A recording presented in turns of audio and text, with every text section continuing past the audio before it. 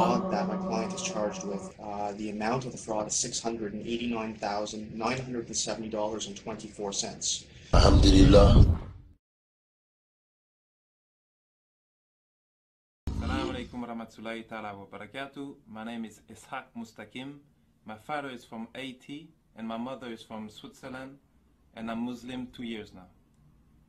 I was born in Montreal and I grew up in Montreal.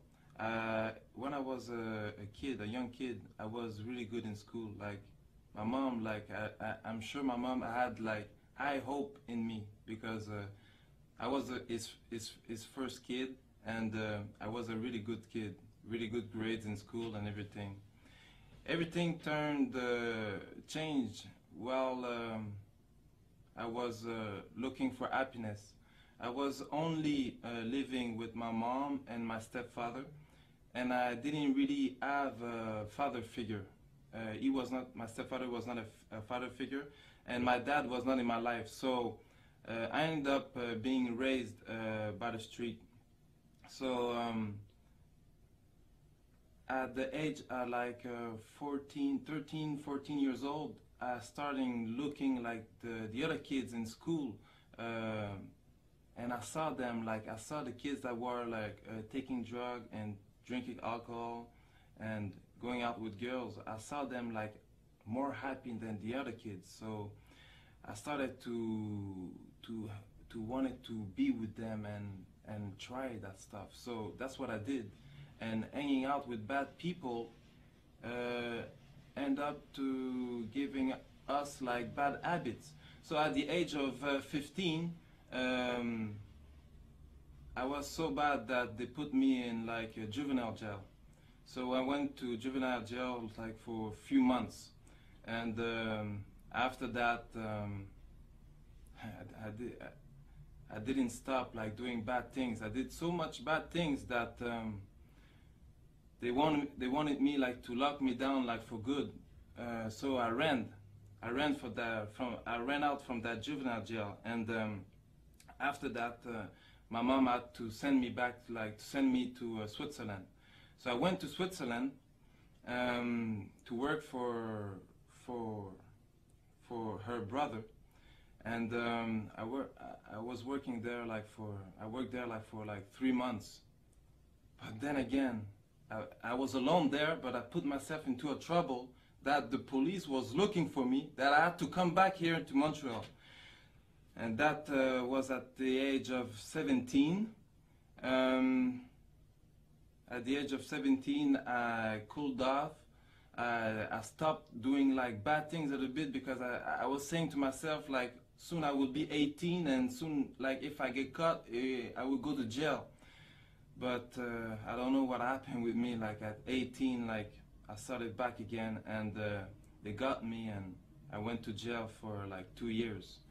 Before I went to jail, I learned that the happiness was into getting high, getting drunk, and getting with girls.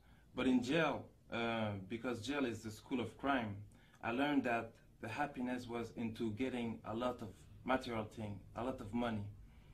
And 2 years in that jail made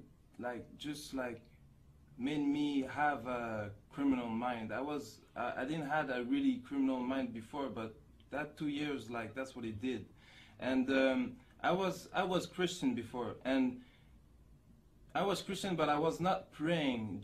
I was only praying like when I wanted something really bad, or when I was into problems. And that jail time was for me a problem. So I started reading the Bible and praying a little bit. And I don't know why, like somebody that I wasn't speaking with, he wasn't around like who I was hanging with. He just came and gave me the Quran, and he told me to read it. But at that time, like I was reading the Bible, and the Quran was not written the same way, so it didn't like touch me. So I just like give it back. After when I got out from jail, I started my mission to get money. when I got out of jail is there that when I got out of jail is then when I started chasing the money, getting after the money, and because I had no school and the fastest way to get money was a criminal way, that's the way I went. And in every type of way to make money, any type of like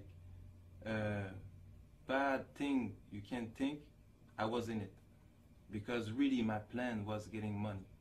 And I lived like, I don't know if it's a good thing, or if some people would say it's a good thing, some people would say it's a curse, because in my life, like, I achieved like most of my goals that I wanted. And for 10 years, like, I lived that life of like luxury, that life of power and respect. So because when I say this, like, people don't really understand, so I have to make a little bit like of explain a little bit. Like when I say like I had the things that most people, young and older, they would like to have, that I had in my life, they don't really understand, because everybody has his own perspective on like what is luxurious. So when we're talking about cars, Benzes, I had a few, BMW, Porsche, Viper, Hummer, Jaguar, Cadillac, like most of all the brands, like the big brands, that's the car that I had. Like houses, condos, but not like only like the cars like normal, like the car, because when you buy a car, it's like to make you happy, but the thing is that happiness doesn't last. So right after, like, you have to suit up the car. But after, when the car is suited up, there's nothing else to do. So you buy another car. Me at one time, like, had like 2 cars, and I was renting out like other cars just to have another change, because like I was bored. I had a house and I was living in hotel suites. It cost me like 10,000 a week just for hotel suites. So the clothes, like just the clothing, like because like when you have money, like even the money, like change your style a little bit. Because before I was like I was dressing like everybody, but after that I had to like buy suits, you know, like $3,000-4,000 suits, you know. And I had like me, I was not really the type that was going like into clubs and partying. I didn't really like that. What I liked it more was really, because really I was on a mission. I really liked it more, like staying home, counting money, planning for other plans, you know. So when I got out into the club, was only like for money purpose. When we had like meetings, or like when they invite me, so they had to be like VIPs and everything, because the thing is that most of the rappers, they want to be like gangsters, and most of the kids, they want to be like rappers, but those rappers, they want to be like the criminals. And at one time, that was the type of person I was. I was a person that really liked like to enjoy a good meal. So that's what I liked it most. Every day going to big restaurant, like the biggest restaurant of the cities, and eating on floors that most of you will never see. Like floors that are not open to the public. So we eat like for like few thousand a meal. and that's nothing, because there's other people that's doing more, you know. So that was the type of life that I was living, and I lived like a millionaire life for like 10 years. But at the end, because all that doesn't come from nothing, you have to work a lot.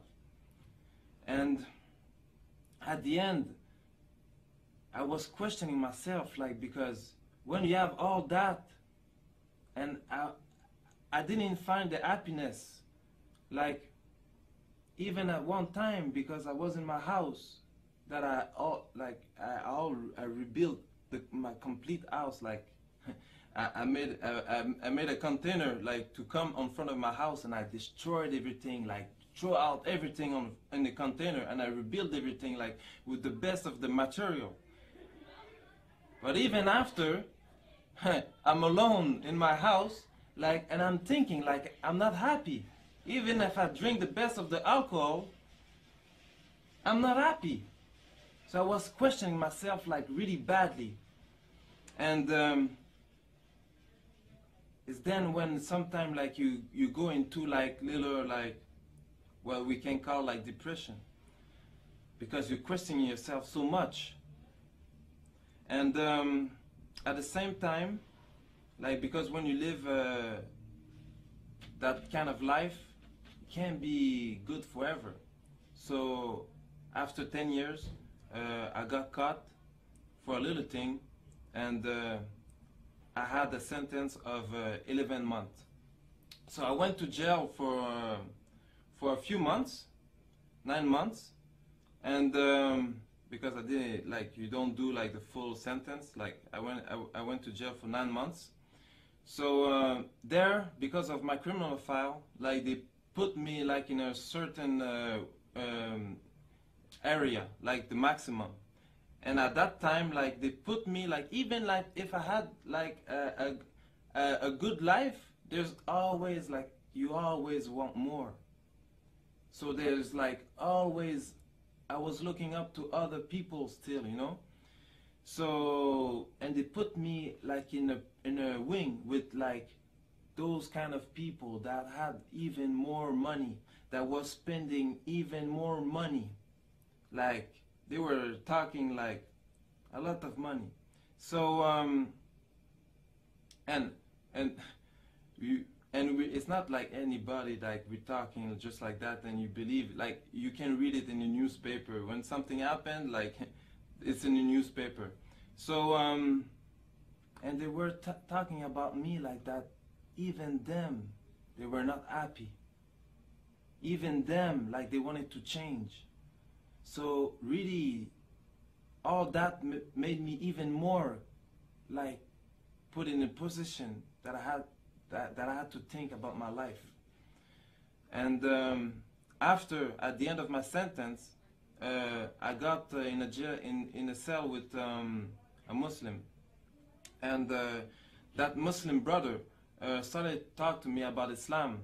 And really, now I was, like, because I was already questioning myself, so I was really interested about what he was saying, and what is a good thing for him, but a bad thing for me. He got released, but he told me he would send me the Quran, but maybe something happened, because he never did. Like, I don't know if he never did, but I never received it. So after I got released, and I went back to my same life, you know, and I forgot everything about God, because when you know more into problems and you're not a Muslim, as soon as things go good, like, you forgot God again. And while I was, like, doing my life, I met up with a woman, and that woman, she was Muslim, and her mom, she told me that I should look up into Islam, and it's then that I started doing my own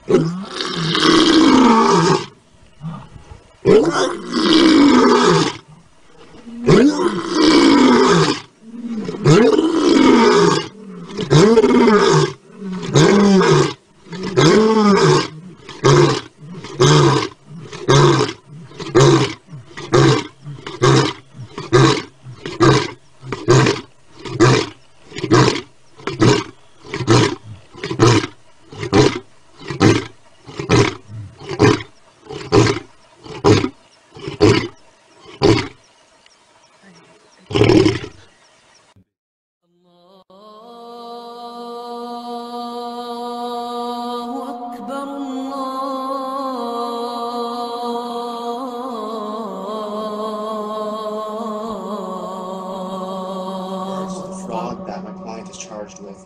The amount of the fraud is $689,970.24. Alhamdulillah. I met up with a woman, and that woman, she was Muslim, and her mom, she told me that I should look up into Islam, and it's then that I started doing my own research. So I was reading like books, and I read the Quran, and I was really surprised to find that in the Quran that they had like the same prophet that there was in the Bible. Even at a point that I didn't understood how Muslim will understand the Quran, because in the Bible they have like the beginning of the story, and the Quran just completed it. So and I started to do my own research, like even like a lot. I was researching, and the only problem that I end up having is like that, because as a Christian you have to believe that Jesus is the Son of God, and if you don't believe this, you go to hell, and if you believe it, you go to paradise. And I didn't want it to go to hell for nothing. Like it had to be the true religion, so I had to really make some research. And alhamdulillah, I found that Islam was the truth, and I made my shahada. So right after I took my shahada, 3 days after, my mom called me and told me that the police was looking for me. So I went to see my lawyers, and they told me that I should give myself tin. So I went and I gave myself tin, but for the first time, it was the first time I went into jail as a Muslim. I'm here with my client Isaac, or known as Isaac Mushtakim, who is charged in Montreal with various offenses, particularly fraud, forgery, the use of forged documents. With regards to the fraud that my client is charged with, the amount of the fraud is $689,970.24. This would occurred in the year of 2006 over a 3-month period between the months of May and September. But there's a different side to Isaac that we know and that we've come across. Since his arrest, since these events, Isaac has completely turned his life around. I mean, notwithstanding this criminal record, I mean, breaking and entering, conspiracy to commit a criminal act, robbery, assault, mischief, intentional impersonation, I mean, the list goes on and on. Notwithstanding all of this, this individual has completely changed himself. He is no longer the person that he was when he was younger. He's married. He had a tough life. I mean, he grew up on the street. He grew up a life of crime and violence. That's no longer the person he is. He's married. He's a contributing member of society. He has a stable job. We have letters of recommendation from his employers. He's found religion. He's converted to Islam, and he's very observant of that. He commits himself to do charity work on a purely volunteer basis. No one has asked him to do this, and these are all signs of someone that has seen the process, seen that crime is not a life that he has chosen, and he has clearly indicated that he wants to be a contributing member of society, and that what advice have you got to Muslims and non-Muslims regarding Islam? But because more that because before I never knew like Muslim people. If there was Muslim people around me, I didn't know because they never talked to me about Islam. I really think that there was no Muslim around me. But now that I'm a Muslim and I'm just like hanging out with Muslim and seeing Muslim, there's a thing that really like get me sad, you know? It's because me before I used to like a lot of I used to like a lot the tattoos, and on my head I tattoo get money.